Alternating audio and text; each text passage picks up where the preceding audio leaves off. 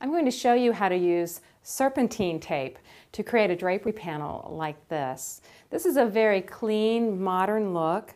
It kind of gives you the look of a grommet panel or a ripple fold style panel, but it's much easier to make and you don't have to buy as much hardware and components, so it costs less to make as well.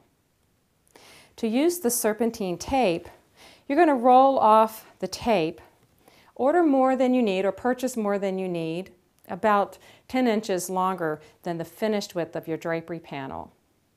On your drapery panel, you're going to double fold a 4-inch hem in the top of the panel, fold that in and iron it.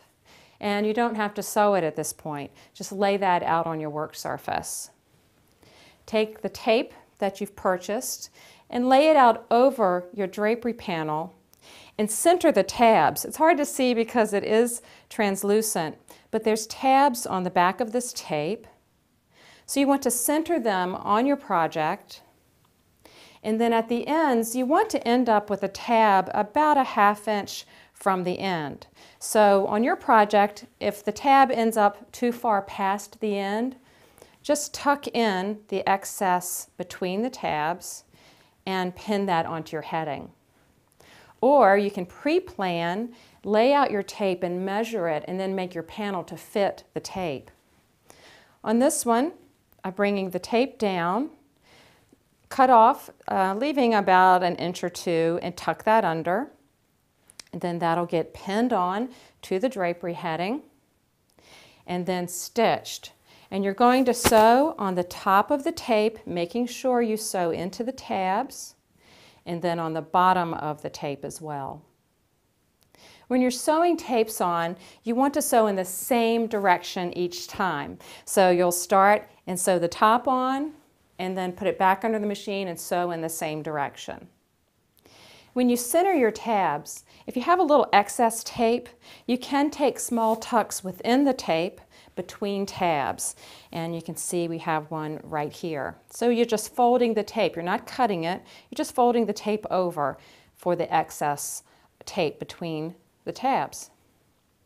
After it's sewn on, you'll insert it onto a drapery rod. Now this is a 2.5 inch continental rod. That works great. You just slide it under the tabs and then it starts coming forward, creating that serpentine design. Now this is for a stationary panel. In other words, you're not going to be able to operate this panel opened and closed.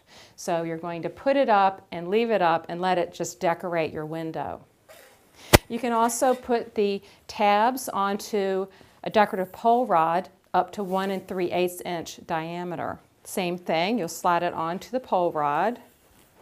But you do want to plan to have a short pole rod and put another finial on the end so that the tabs don't slide around on the rod. So you'll actually use a short rod on either side of your window. I think you'll really enjoy using the serpentine tape to create custom window treatments like this.